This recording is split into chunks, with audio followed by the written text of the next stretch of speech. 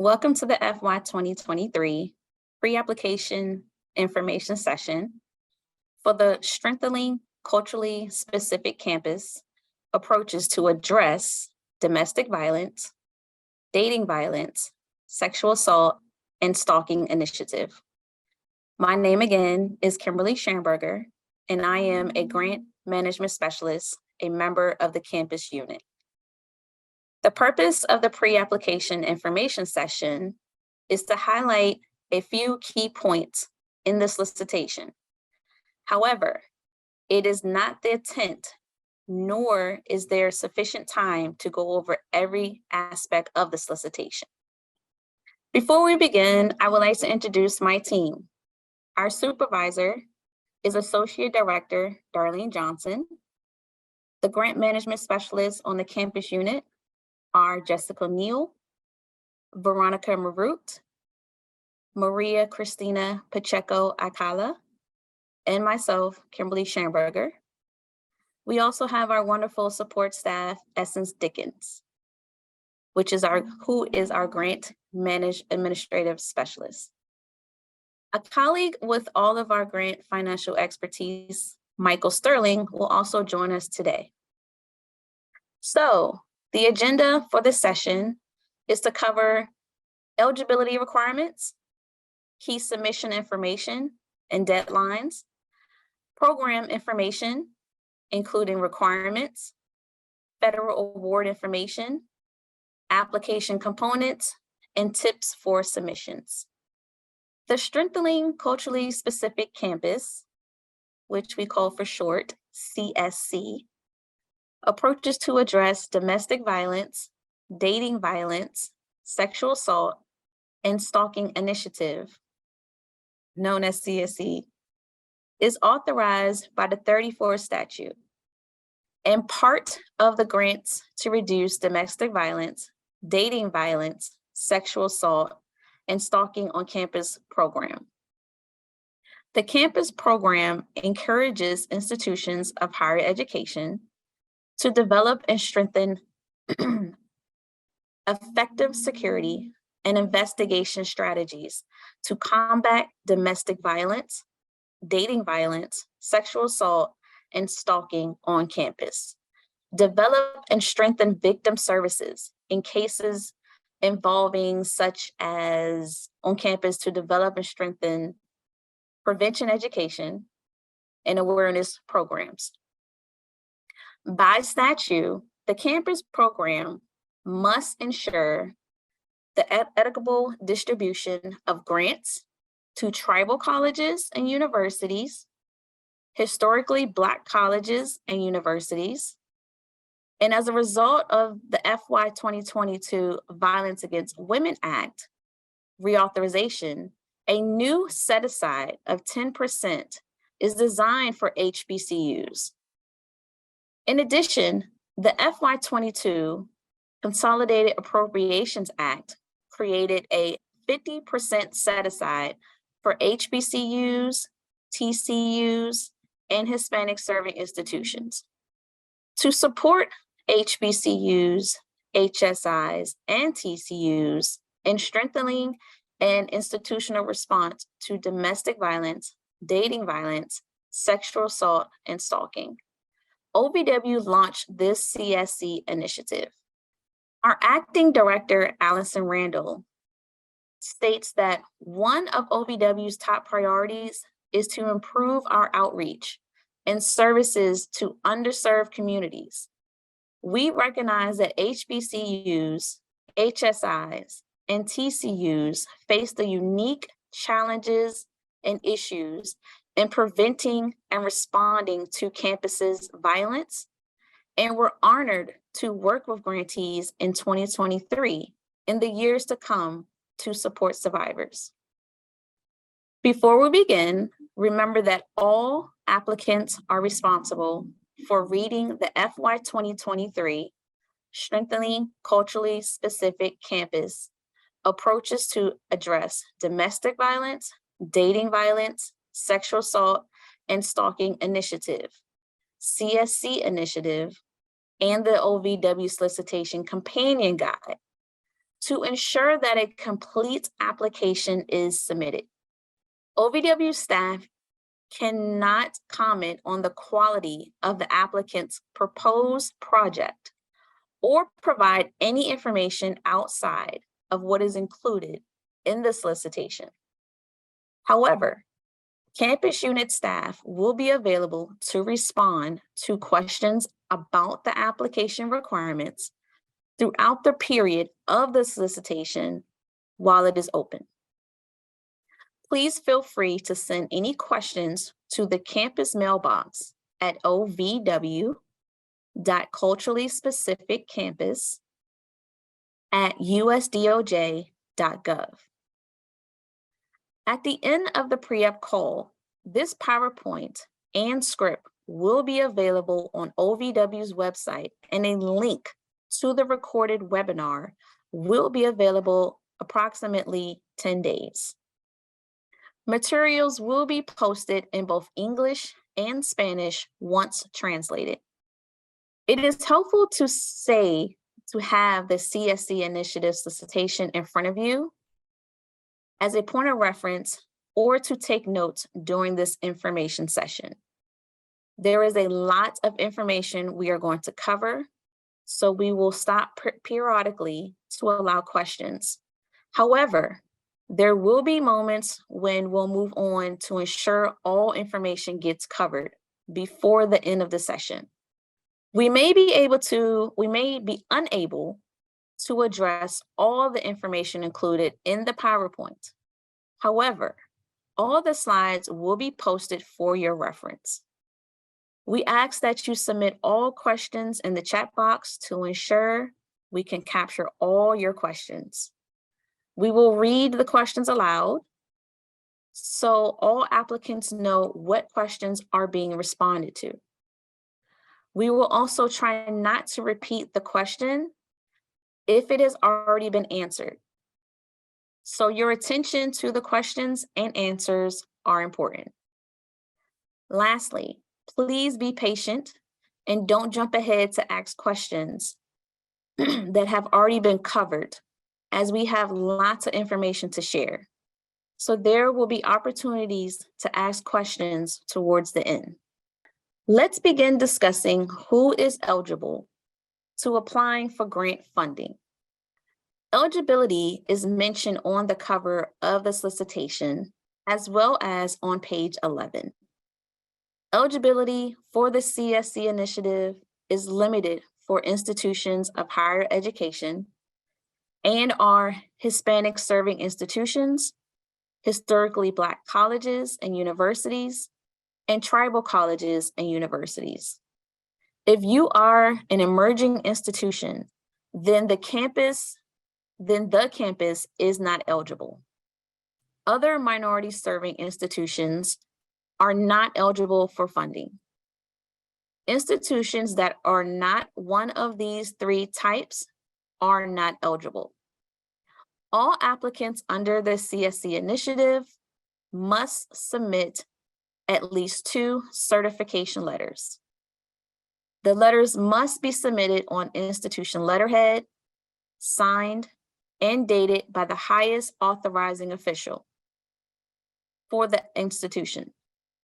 The first one, certification of eligibility.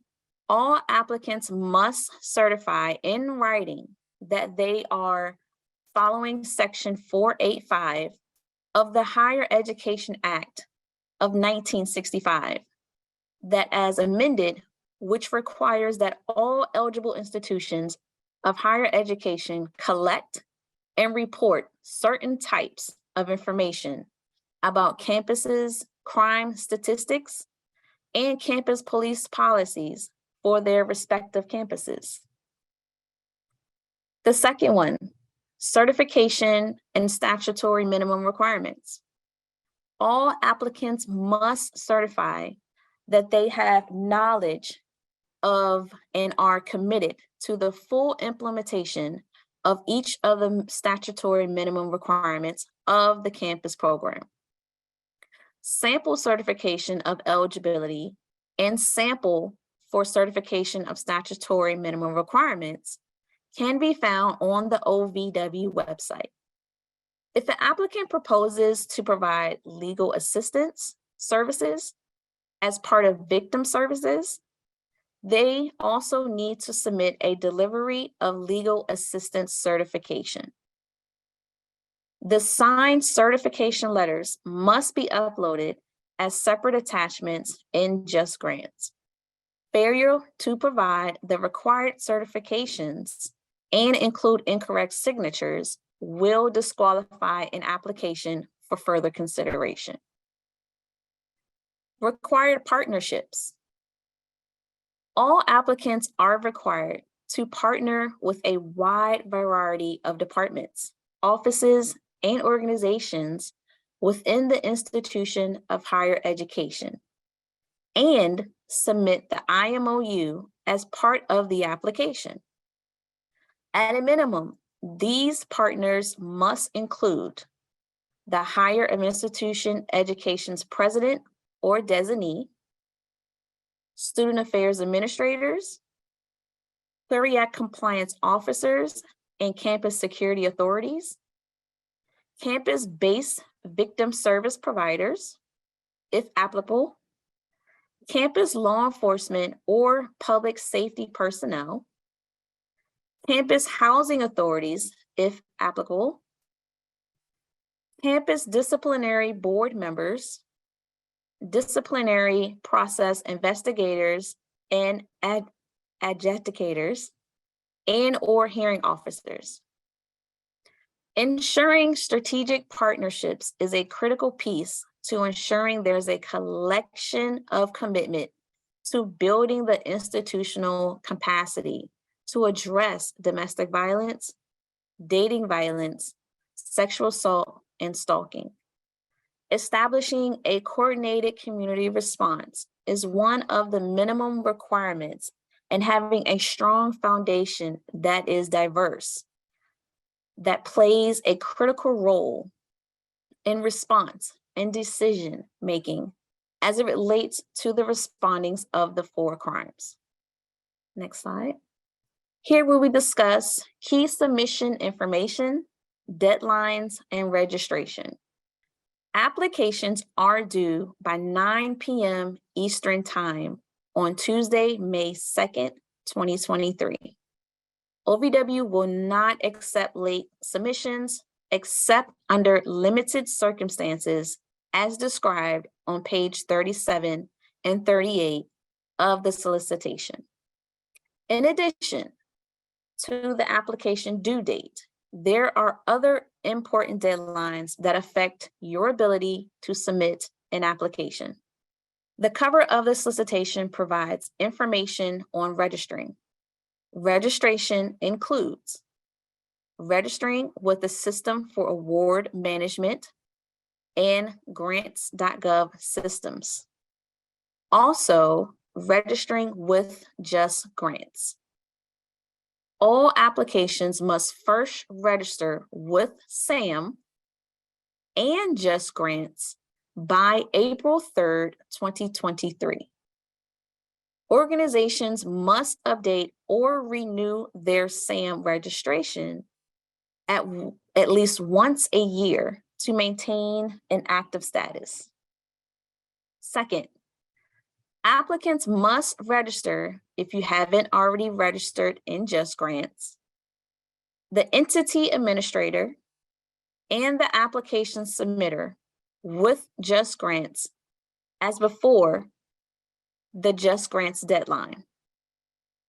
Within 24 hours of Just Grants receiving the SF424 and SFLLL from grants.gov, the applicant will receive an email from Diamond, no reply, at usdoj.gov with instructions on how to create a Just Grants account. Once registered in Just Grants, the application submitter will receive an email link to complete the rest of the application in Just Grants. The entity administrator will also need to log into Just Grants and receive and invite the applicant's authorized representatives before an application can be submitted. More information on Just Grants is available on the Just Grants website. You can find more information related to registration and deadlines on page 34 and 35 of the solicitation. Next, I will be discussing submission and information notification information. So it is important to know that there is a two-step process. All CSC initiative applications will be submitted in both Just Grants and grants.gov. The first step is to submit all required application and federal assistance standard form, known as the SF-24 or 424, and the disclosure of lobbying activities form, SFLLL, in grants.gov. The final deadline for submitting these documents is April 29th, 2023. The second step is to then submit the full application, which will include in Just Grants at justgrants.usdoj.gov. To be considered timely, the full application must be submitted in Just Grants by May 2nd, 2023. These deadlines will not be extended, so making sure you submit the required documents timely is critical. Remember to review the checklist on page 39 of the solicitation to ensure that you have submitted all the required documents before finalizing your submission. Now, applicants experiencing technical issues with Just Grants should contact the OVW Just Grants support desk as soon as possible. Please make sure to contact OVW's help desk that is provided here in the PowerPoint and in the solicitation. There is another DOJ Just Grants help desk that exists, but reaching out to the OVW help desk will better support your ability to submit a timely application. If you experience any Just Grants technical assistance issues, make sure that you continue to develop the proposal while you are working to address any issues. Applicants should follow the solicitation guidance regarding technical difficulties. Please refer to page 36 for more details. Following the guidance will ensure you to submit a full proposal by the deadline using an alternate method if necessary. Next slide. Program information.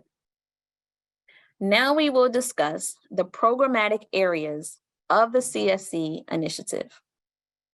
The CSC initiative will focus on building the capacity of HBCUs, HSIs, and TCUs to establish culturally relevant strategies in addressing domestic violence, dating violence, sexual assault, and stalking, including the development of effective response protocols and prevention programming.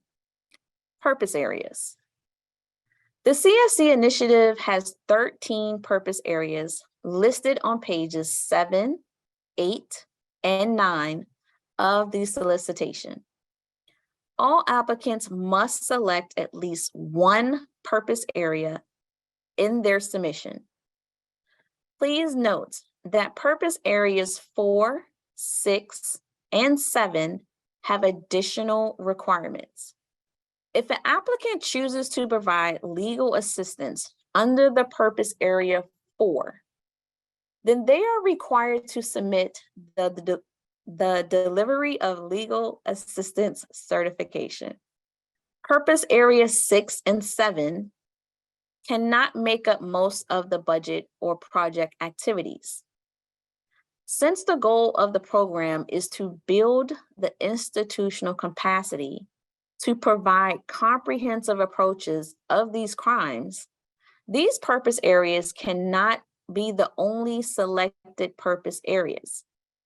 If your proposal includes items in purpose areas 6 or 7, then if awarded, approval must be granted by OVW prior to the purchase of these items. Costs related to these purpose areas may be included in the budget of the application. OVW priority area.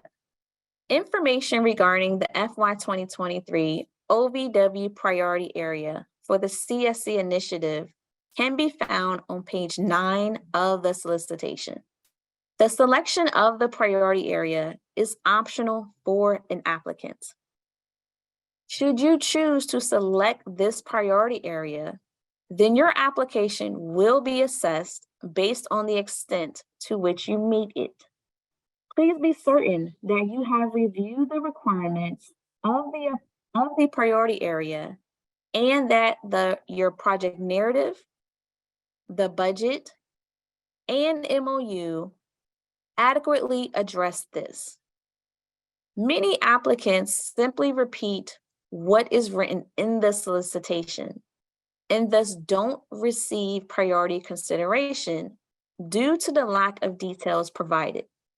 Applications that adequately address the priority areas will be given special consideration during the recommendation process. This priority is to improve outreach services, civil and criminal justice responses, prevention, and support for survivors of sexual assault, domestic violence, dating violence, and stalking from underserved communities, particularly LGBTQ and immigrant communities. Applicants seeking to address this priority must develop or enhance prevention and intervention strategies targeting underserved populations who face barriers to accessing services on the applicant's campus. Examples of underserved population in a campus community can include LGBTQ students or two-spirited students, immigrant communities, students with disabilities, limited English proficiency students, international students, first-generation students, military-connected students, neurodiverse students, and students who are underserved because of religion, among others. To qualify for this priority area, you must include in the proposal narrative the identified underserved populations and relevant partnerships with expertise in working with the identified underserved populations. Now I will turn it over to my colleague, Maria Cristina. Thank you, Kim. Now we will discuss activities that compromise victim safety. OVW does not fund activities that jeopardize victim safety, defer, or prevent physical or emotional healing for victims, or allow the offenders to escape responsibility for their actions. The solicitation companion guide contains a list of these activities, as well as pages 9 and 10 of the solicitation. Applications that propose any activities that compromise victim safety and recovery or undermine offender accountability may receive a deduction in points during the review process or may be eliminated from consideration entirely. Some of the examples of activities that compromise victim safety are procedures or policies that fail to include conducting safety planning with victims. That is why during the grant cycle, the awarded grantees will receive training and technical assistance to identify on and off-campus victim service providers that can be members of the coordinated community response team. These teams will also be strongly encouraged to include students and survivors. The training and technical assistance will include how safety planning is incorporated into response protocols, procedures, and policies. How and when safety planning is conducted with victims. What is discussed during the safety planning process, and the distinctions between safety planning for domestic violence versus sexual assault versus stalking survivors. Project designs and budgets that fail to account for the accessibility needs of individuals with disabilities, with limited English proficiency, or who are deaf or hard of hearing. Peer reviewers usually deduct points of the project narrative and the budget for applications that do not include information and or designate funding for how the applicants will make their services and or products accessible to individuals with disabilities, LEP, or deaf and or hard of hearing. Please give this serious consideration when completing your application, especially if you're addressing OVW's priority area in your application. While unallowable activities are listed on page 29 under funding restrictions, there are two common unallowable activities seen in proposals. The cost associated with the following activities included on page 29 of the solicitation are unallowable and must not be included in the budget. Lobbying, fundraising, purchase of real property, physical modifications to buildings, including minor renovations, such as painting or carpeting, construction, and tuition reimbursement in lieu of salary for project staff. Now we will cover details on the federal award information. The grant award period is for 48 months, beginning on October 1st, 2023, and ending on September 30, 2027. Applicants should submit applications and a budget that reflects this period. Awards under this initiative will be made up to $500,000. All awards are subject to the availability of appropriated funds or additional requirements that may be imposed by law. The anticipated number of awards is 20. The anticipated total amount to be awarded under the CSC initiative is $10 million. OVW has the discretion to make awards for greater or lesser amounts than requested and to negotiate the scope of work and budget with applicants prior to making an award. As for types of applications, all will be considered new as this is a new initiative. New applicants are those that have never received funding under the Grants to Reduce Domestic Violence, Dating Violence, Sexual Assault, and Stalking on Campus program. Please note that partners on a campus program award from FY2018 to FY2022 are not eligible to apply as the lead applicant or as a partner subrecipient on an FY23 proposal. And CSC initiative applicants may apply for the regular FY2023 campus program and the CSC initiative, but will not receive an award under both programs. For details about the mandatory program requirements, please refer to the full list on pages 12 through 16 of the solicitation. The description includes the statutory minimum requirements, additional mandatory requirements under this initiative, participation in all OVW-sponsored technical assistance, including trainings, webinars, and a new grantee orientation, and specific staffing requirements that include supporting a project director who is at least 75% of a full-time position.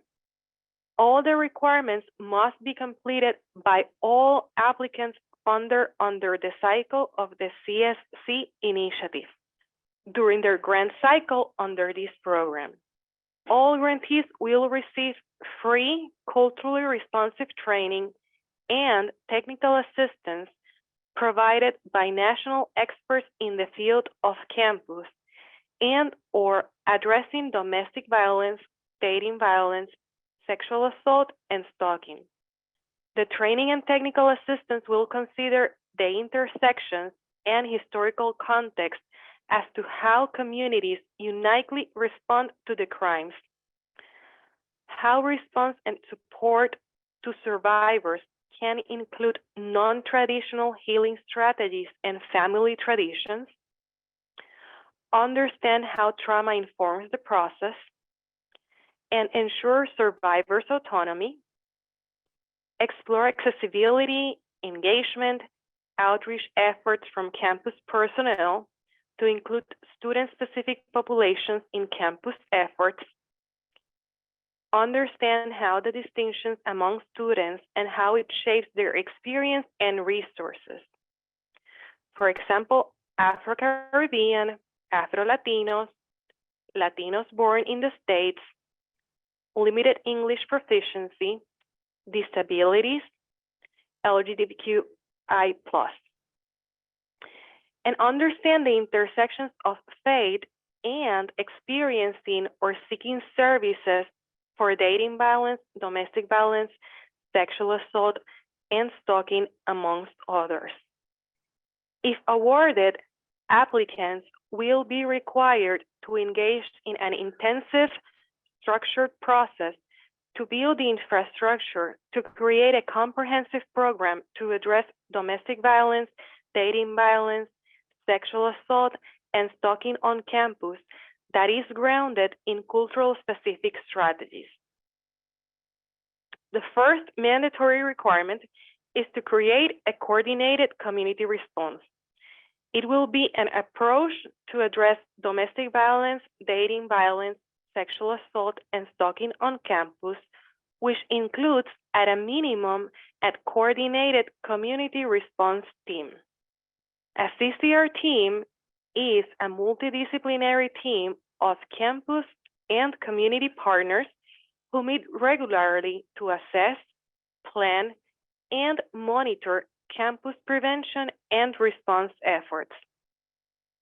The purpose of the CCR team is to engage key stakeholders to cultivate a collective leadership approach to developing trauma-informed, culturally relevant, multidisciplinary, and coordinated efforts to prevent and respond to the 4 crimes.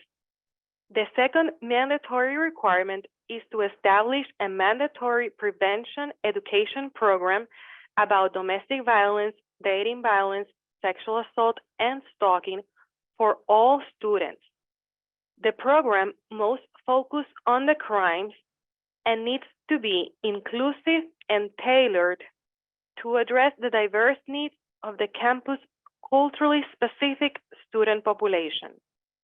The next requirement is to train all campus law enforcement, campus safety, or security to respond effectively to address the 4 crimes.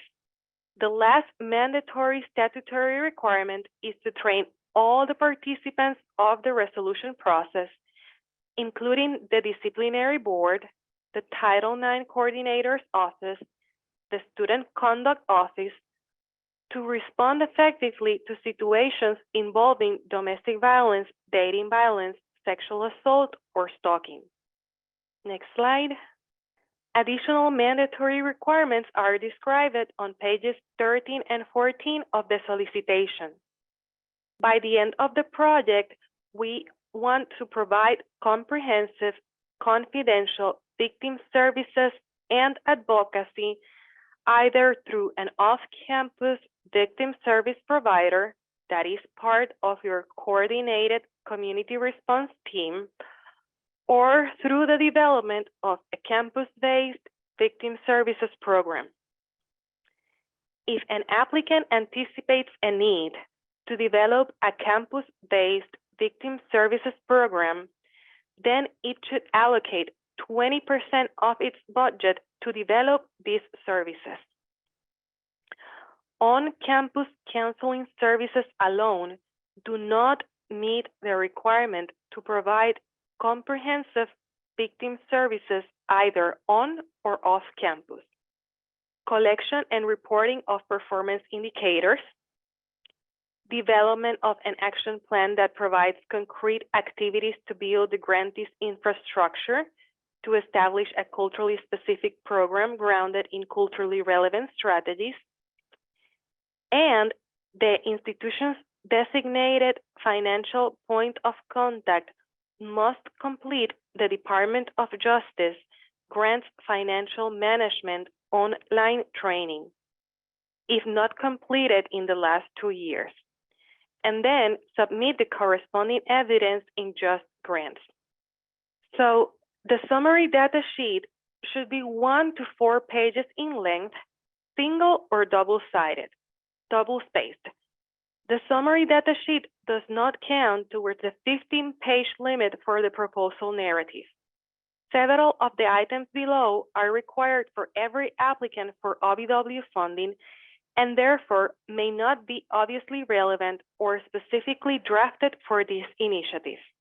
Applicants should provide the most accurate answers. Responses to these items alone will not result in removal from consideration or determine eligibility for any funding priorities described in the solicitation for this program.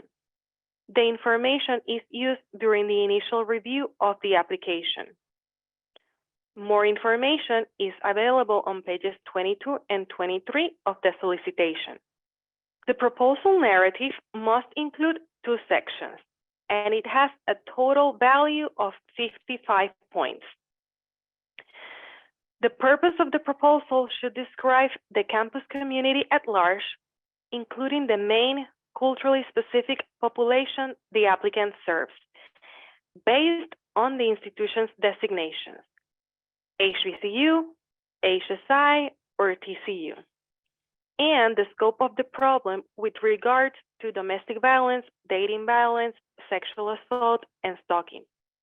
Common mistakes we see in applications to different OVW solicitations are that applicants include too much information in this section or information that is not relevant to the proposed project or not enough information to be responsive to what is being asked.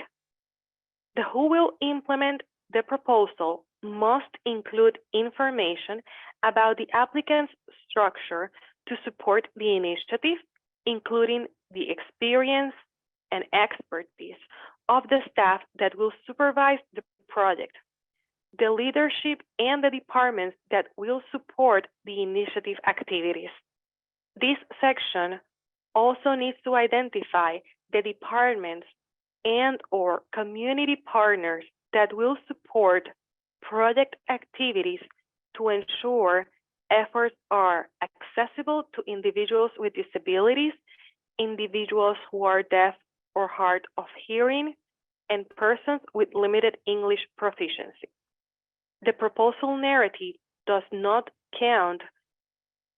include a section describing proposed activities because grantees will spend the project period carrying out the intensive structure process to build the infrastructure for a comprehensive program to address the 4 crimes. More guidance can be found on pages 23 and 24 of the solicitation. For the proposal narrative, applicants must follow specific formatting and technical requirements that can be found on pages 25 and 27. The requirements include specifics on the size of the paper, margins, font, size, the total pages, formats to upload the documents, and how to identify the sections of the solicitation. As a reminder, the proposal narrative has a 15-page limit. Attach in Just Grants a detailed budget and budget narrative for all applicable cost categories. The budget narrative must describe each line item requested in the budget and explain all costs included in the budget, including how the costs of goods and services are determined and how they will fulfill the objectives of the project. A few things to remember before we start discussing the grant's financial requirements is that grant applicants are required to support at least 0.75 full-time equivalent for the project director. The required allocation for technical assistance trainings is $30,000 and $40,000 for applicants located in the territories. No more than 20% for indirect cost modified total direct cost. A set aside of $40,000 to compensate at least one victim service provider within the community or tribe where the institution is located. Include sufficient funds if addressing the priority area 1. And if the institution anticipates a need to develop a campus-based victim services program, then it should allocate 20% or more of grant funds to support the provision of direct victim services. In the next couple of slides, we are going to focus on aspects of your application that relates to the documents that our financial team, the Grants Financial Management Division, reviews. More specifically, we will discuss some items that GFMD has identified from prior year's applications that could help with expediting our review process. We're going to highlight certain aspects of the pre-award risk assessment and provide you with a link to a detailed webinar on how to develop the budget that will be included in your application. First, we'll highlight the items identified in the data requested with the application, which is completed by all applicants in a survey in Just Grants. A list of questions included in the survey appear at the end of the solicitation under the heading Survey Questions.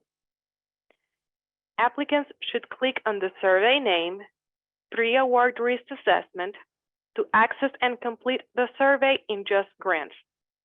Specifically, 2 items that we would like to discuss are the single audit response and the IRS 3-step safe harbor procedure.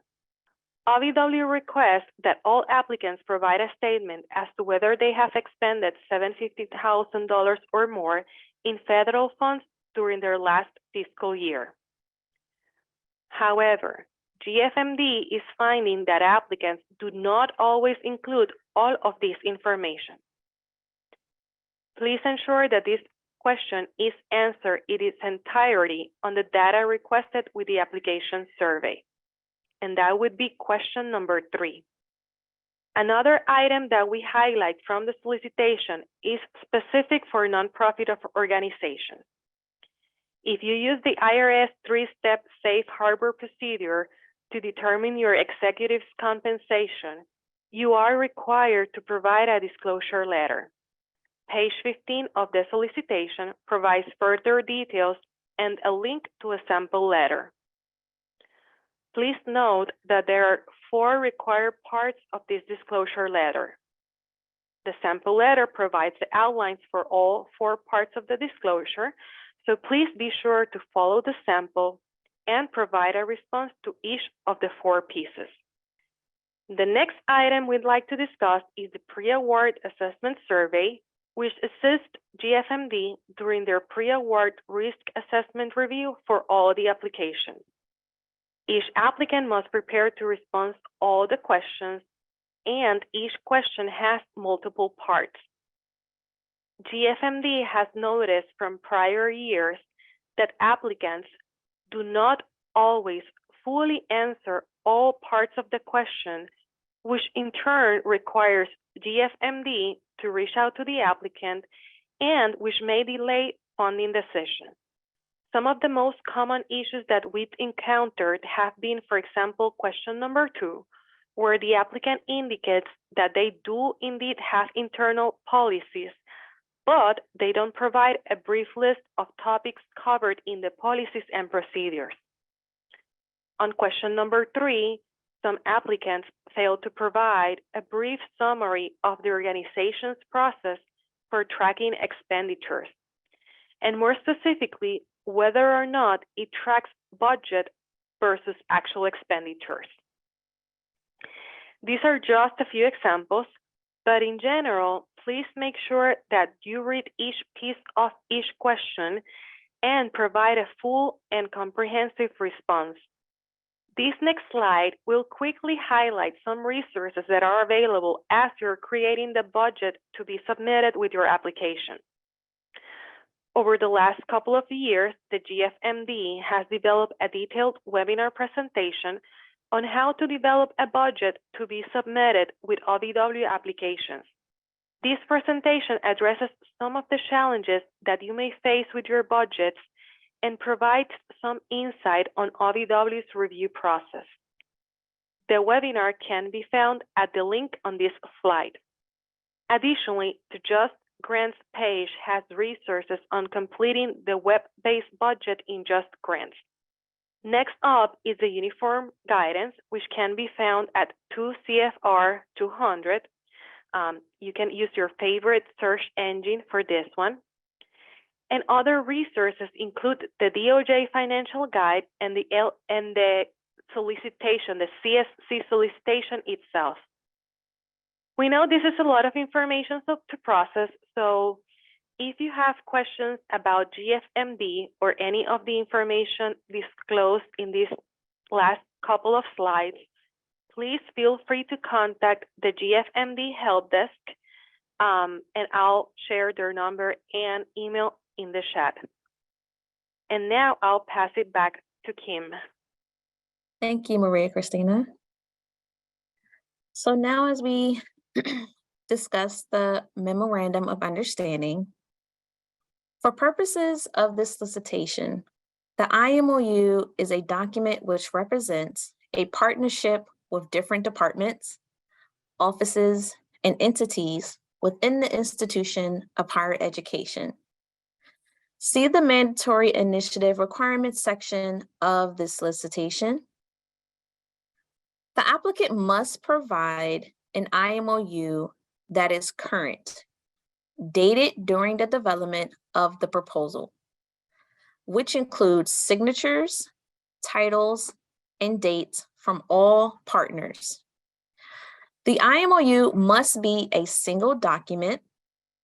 It must be signed and dated by the authorized representative of higher education and the chief executive officers and the directors of all participating partner entities within the institution. OVW will accept electronic signatures. IMOUs missing any signatures may result in a point deduction or removal from consideration. If necessary, an IMOU can include multiple signature pages only as long as each page includes the names and titles of all signatories of the MOU. A sample MOU is available on the OVW website. When drafting the internal MOU, remember that there is no page limit for the MOUs. So there is no reason to shorten the details required for this criteria. The IMOU has a value up to 25 points. Most guidance of the IMOU can be found on pages 32 of the solicitation. Next slide. Now, tips for submission. Let's discuss the tips. Each of the components needs to be uploaded into the system accordingly as shown in this slide. We can also go back to that slide if need be later on afterwards if you needed to see more of it. To close out the call, I have some tips that may require your chances on becoming a CSC initiative grant recipient. Please note that the following list is not a guarantee that your project will be funded, but is intended to assist you with submitting a strong and responsive application. First, read the solicitation. Read. As I mentioned previously, it is the applicant's responsibility to read the solicitation in its entirety. Everything that needs to be included in or with your application is mentioned in the solicitation, and any supporting resources are linked and referenced in the solicitation. Next, submit all required documentation as mentioned. Next, be sure that your project strategies and activities address the areas that you have identified in the proposal narrative.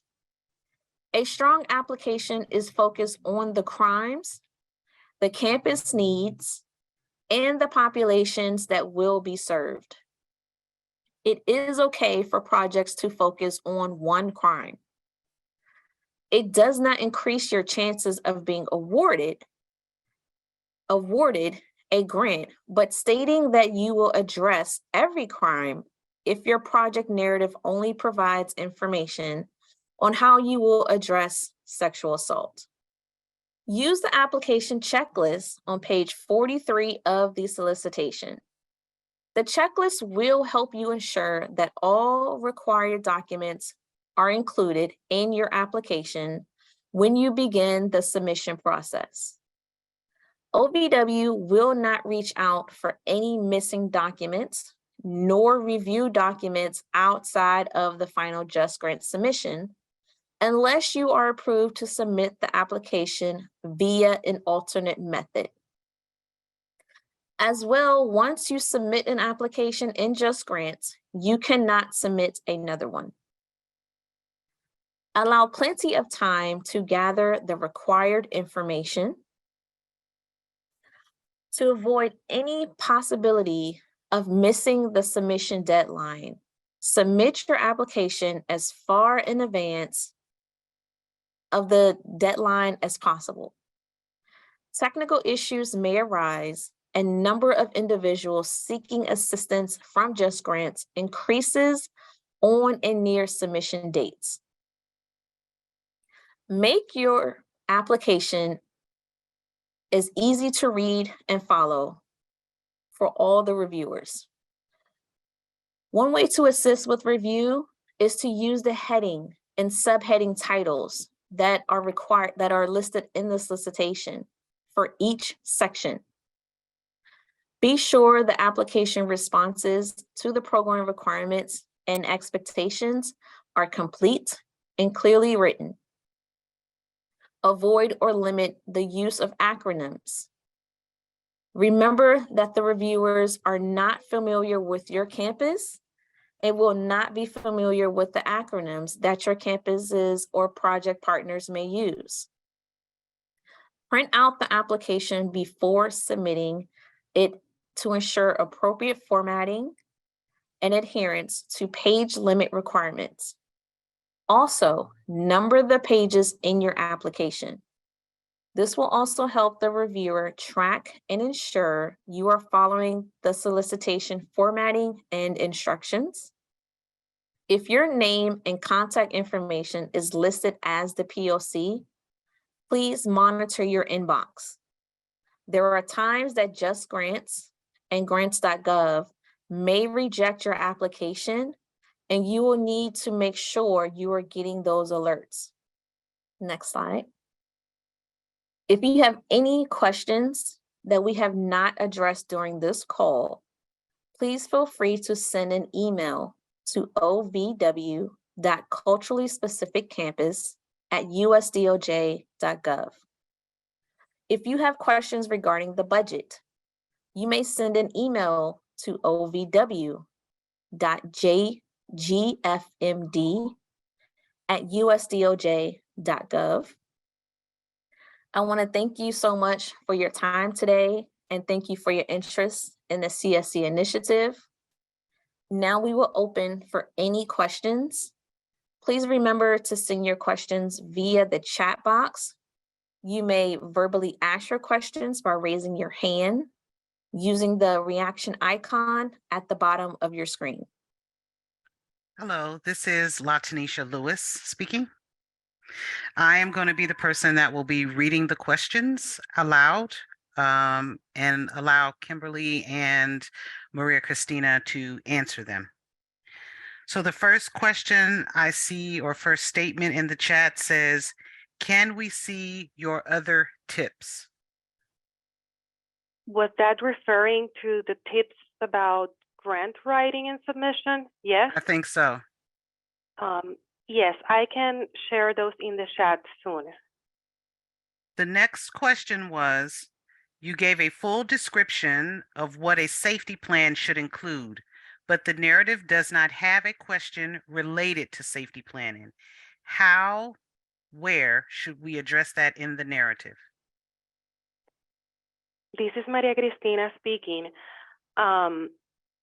You can add that part in the narrative, but since this is a capacity building grant, that is also part of what the institution will be receiving training and technical assistance during the grant cycle if awarded. Initially, you can add a description of what you currently have in place as for safety planning, but there's no need to expand on that. And you could also be transparent in the application and just say or state that that's an area of need, and that's why you're seeking and applying for this grant. Another question we have, and then I'll come to the raised hands, is, can you all speak to the $40,000 to compensate a community victim services provider? We have a campus-based confidential advocates and have a MOU in place with community partners that is not rooted in financial compensation. Would we now have to compensate them $40,000? Again, this is Maria Cristina. The answer is yes. Community partners, victim services providers are doing an important job, and we want them to ensure that they have access to strengthen their work and be able to be responsive to the campus needs. They may already be providing services, but this could be an opportunity to strengthen and expand those services. We don't know how that could look like in your institution. It could be adding other staff, other advocates, a SANE nurse. Think about it as an opportunity to continue establishing and strengthening relationships with that community partner and compensating them for their valuable work and expertise. Right now, I don't see a hand raised, and I don't see another question in the chat. If someone sees a hand, please let me know. Tawny Becker raised her hand. Go ahead, Tawny. Unmute your phone and speak. Hi, we have a question here in terms of the area that compromise victim safety.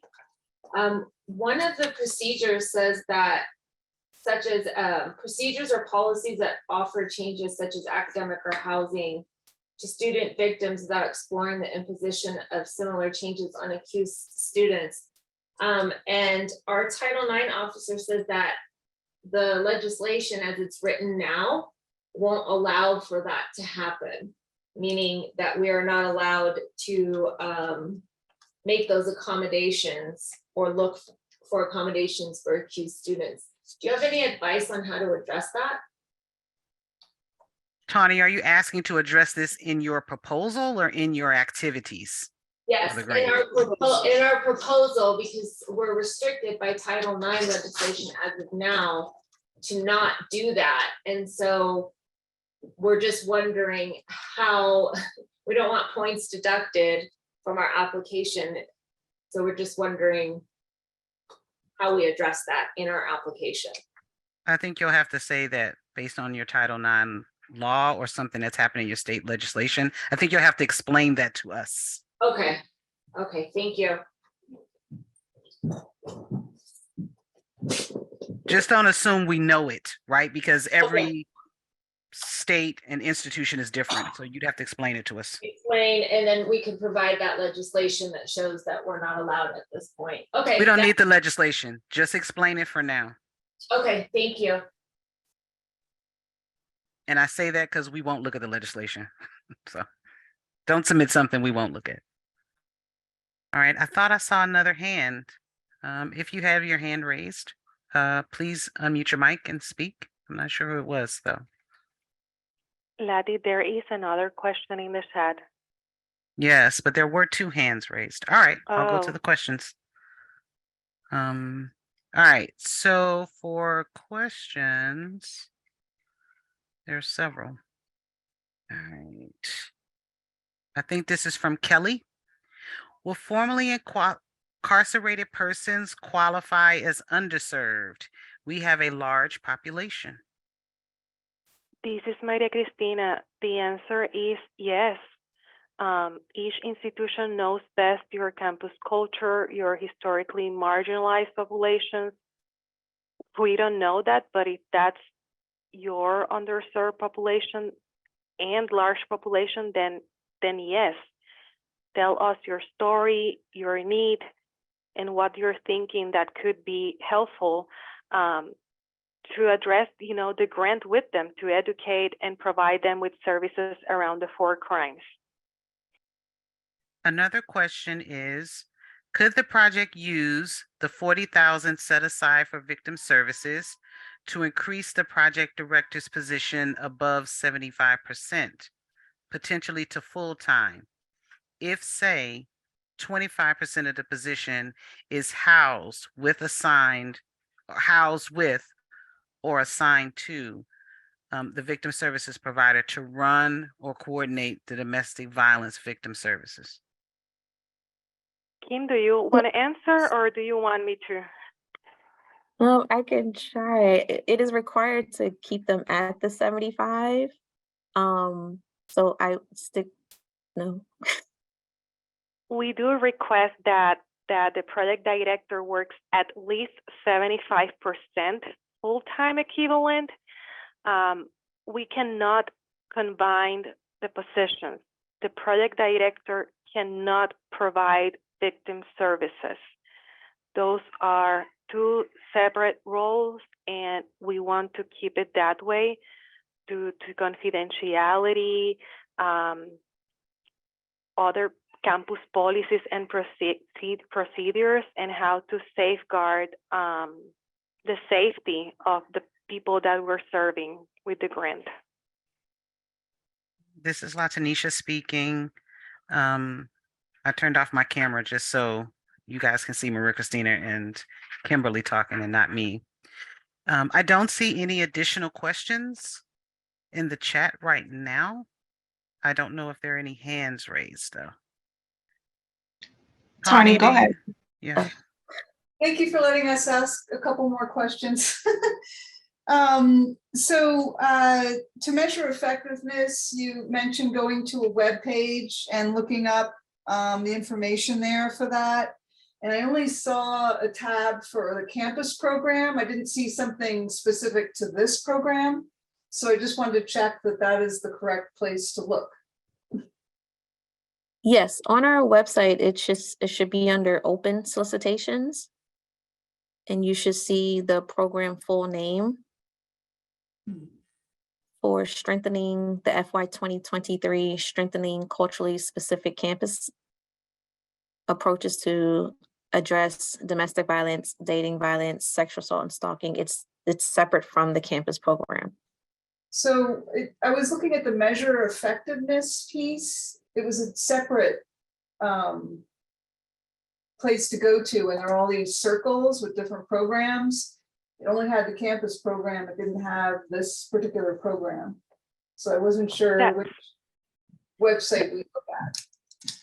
That's a good question. And because this is a new initiative that will fall under campus, we won't have like a specific performance report, if you will. You won't find it there.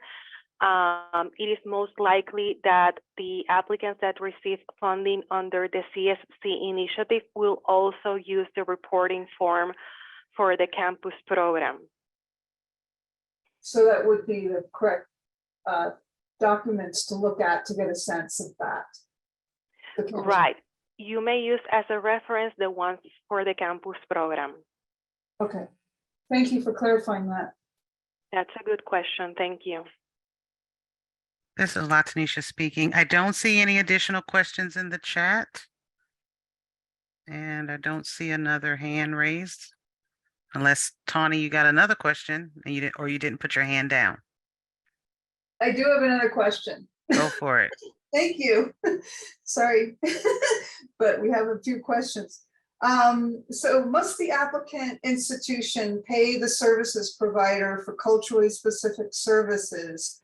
Or can these be provided in kind if the provider wishes to contribute to the project in this way? This is Maria Cristina. The solicitation states that partners need to be compensated. So not in kind, like we do encourage you to work together with them, with us, with the technical assistance providers to potentially expand those services and think out of the box of what else your specific student population to be served can benefit from. So we do need to budget something, even if it's Yes. within our scope. There's a set aside of at least $40,000 to compensate community partners to provide direct services to survivors of the 4 crimes. And that could go to multiple providers, is that correct? That is correct. And it is a set aside because part of the mapping and capacity building will be to identify the resources in your communities if you haven't done so, and then help you establish those MOUs with them that document then that compensation that you will identify in your budget when you submit your application. That's helpful, thank you. And 40,000 is the minimum, so we. I think you went out, Tawny, or you went on mute, or was that Kelly? I thought that was Tawny. Sorry, the 40,000 is a minimum, but if we wish to work with multiple partners and compensate, we can go above that 40,000. Is that correct? Yes, that is correct. Thank you. Does it help at all to look at the campus program for structural ideas or concepts? No. No, because we want to be culturally specific and. So the way the questions are answered, just look at this solicitation, don't worry about that.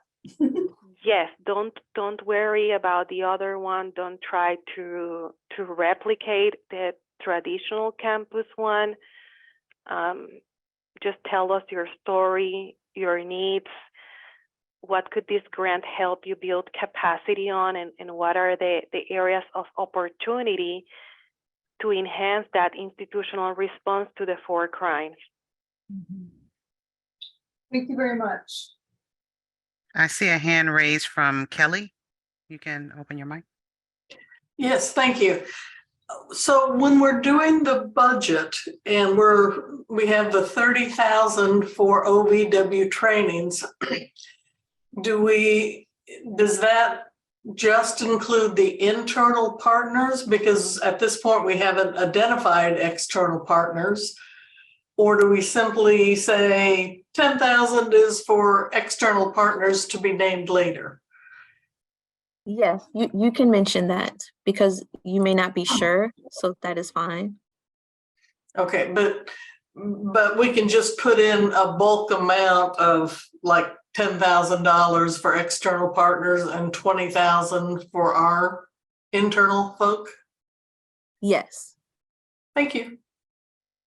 This is Latanisha speaking again.